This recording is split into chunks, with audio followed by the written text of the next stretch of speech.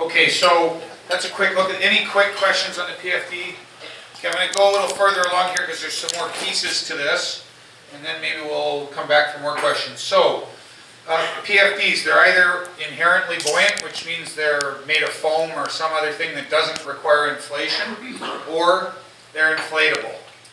And if they are inflatable, they got an inflation mechanism. You just saw Stewart demonstrate it, and he didn't, you know, like nothing bad happened to him because he tested his PFD, right? So I was asked to show how do you do a test, how do you do a manual test to make sure that the PFD doesn't have leaks in it or has any other problems. So there's a row of PFDs that are have been orally inflated using the oral inflation tube. They've all been lined up on a floor and they're going to be left overnight. In the morning, they'll either be inflated or they won't. Oral's a lot safer. Pardon me? I was just saying oral's a lot safer. Oral's a lot safer. Right. While you've got your PFD out, it's a great time to also line up all the lights and check all the batteries on them, to line up all the tethers, to line up headlamps and knives, and whatever the personal gear is that you normally associate with the kit, you'll lay it all out. Inflate the thing, test it, next morning, 3 of them are hard, 1's soft, okay, we know what we got a problem with that unit. You deflate them, you repack them, put all the gear back, and the benefit of that is you know it's serviced, you know it's ready to use, and you know all the stuff's there. And while you're doing all of that, you really don't have any reason not to put new AA or AAA batteries in the lights. So can I ask one question? Yeah, please. Once you've got a unit that you see has got leaks, so Yeah. you do the overnight test, for example, with these Yeah. ones, there's no replacement ladder, is there? You Well, just need a new unit. You know, I would, if you have a unit that has any kind of significant leak, and remember, if they lose a little bit of air overnight, it's not a big deal, because if you're in the water, you can always top it up. What we're looking for is a unit that's not going to hold air and not going to give you buoyancy. If you find a unit like that, I would suggest that's going to be retired from service. It's not the kind of thing you're going to try and patch. I don't think the manufacturers or the retailer, if you take it back to them, you know, they're not sending it to be repaired. You're going to replace that. The only replaceable part is the recharge kit. Normally, the replaceable part's the recharge kit. That's right. Okay, I think we're going to show some more pictures of things here. Rearm kits. So there's a picture of a couple different styles of rearm kits. You know, if you have 6 people on a boat, you're doing Straits race, and they have 6 different jackets, there might be 5 different types of rearm kits. So if somebody's working on the bow, and they're inflatable inflates, how is that person? What's that person going to use for a life jacket for the rest of that race? So you either need to have 1 or 2 spare life jackets beyond the crew complement, the number of people on the boat, or you're going to need to carry a few rearm kits. And if the guy whose rearm kit you don't have is the one whose PFD goes off, then you'll wish you had a spare PFD. And John, I think you had a question? Yeah, for some reason the spin locks are not Canadian Coast Guard approved, even Right. though they're very superior to what a lot of boats see. Right. Any time in the near future that might get resolved? I don't think that's going to happen quickly. You know, from the company's point of view, regulatory approvals in each country that aren't part of the European Union or EC, where they have a common approvals framework, it's very expensive to go through the approvals process, and Canada's a relatively small market. So there's lots of stuff going on. There's a Transport Canada working group. There's people lobbying to get the European standards and ISO standards recognized in Canada, but it all moves at the speed of government regulatory progress. So I don't think you should hold your breath on that at all. I will say, if I can go back a slide, a little bit of lateral thinking can get everybody on the boat past the question of whether something's government approved or not. So my theory is, well, you legally have to carry on a Canadian boat life jackets for the whole crew complement that are Transport Canada approved. That's a legal requirement, you can't get out of that. And nothing in the sailing regulations relieves you of that responsibility. So let's say a bunch of the people on the boat choose to wear the spin lock because they think it's the product that'll save their life, which is really, it's different than the government. The government says you have to carry this lowest common denominator Transport Canada approved device. This is the universal one worldwide, believe it or not, still today.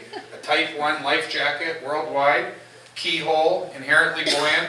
That's what they have on the BC ferries. That's what they have on cruise ships.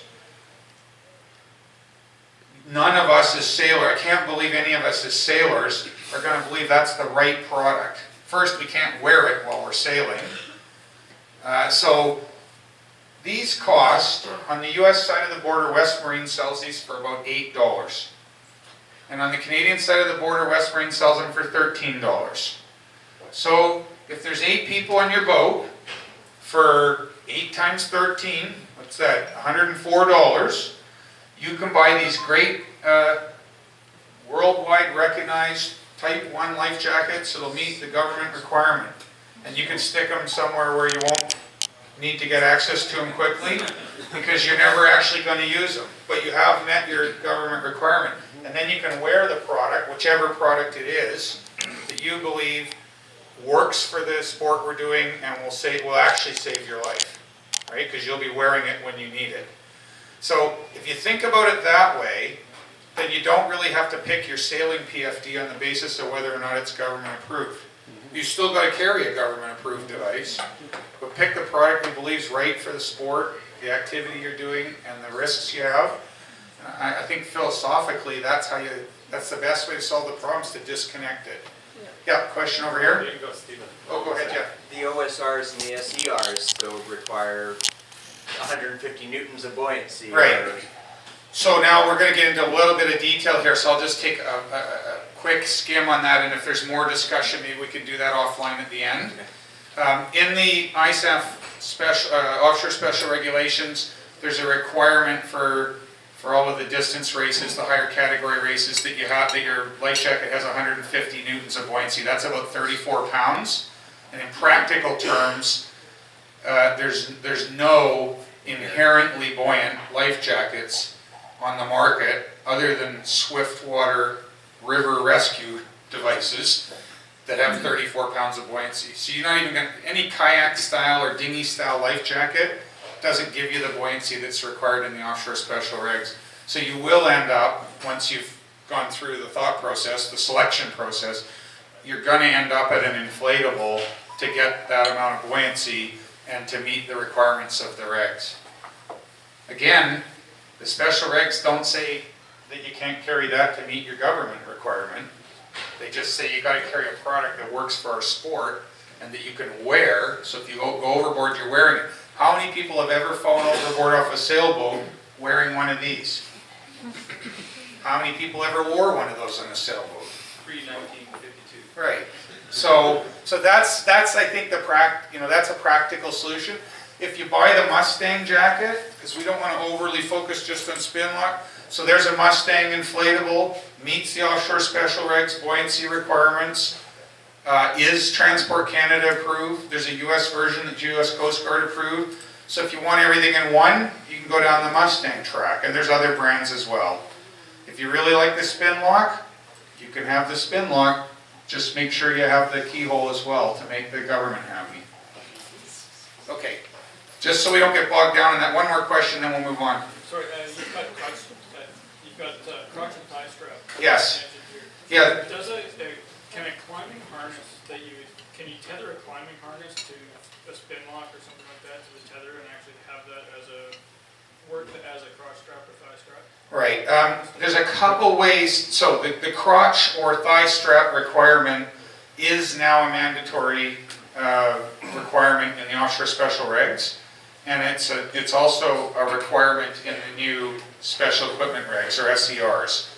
So there are a couple ways to meet that requirement. One is to have the crotch or thigh straps attached to the PFD. Another is to have them attached to the harness. Now, most people pick a PFD that has an integral harness. So in practical terms, it's one and the same. But you can have crotch or thigh straps on a harness, wear it with your PFD, even if they're not integrated, and meet the crotch or thigh strap requirement. I think it's important, and I'm going to jump to this. There's two reasons, and if you just focus not on what the rule is, by the letter, what are we trying to do? There's two reasons for crotch or thigh straps. One is to hold the buoyancy element of an inflatable jacket down on your body, which results in your head floating higher, and you get more. It's actually called breathing freeboard. So we know we have freeboard on our boats, that's the distance from the water to the deck. We have breathing freeboard if we're in the water with a life jacket. It's how far our mouth and nose is above the water. So we're trying to, the primary goal of these things is to hold the buoyancy element down to maximize your breathing freeboard.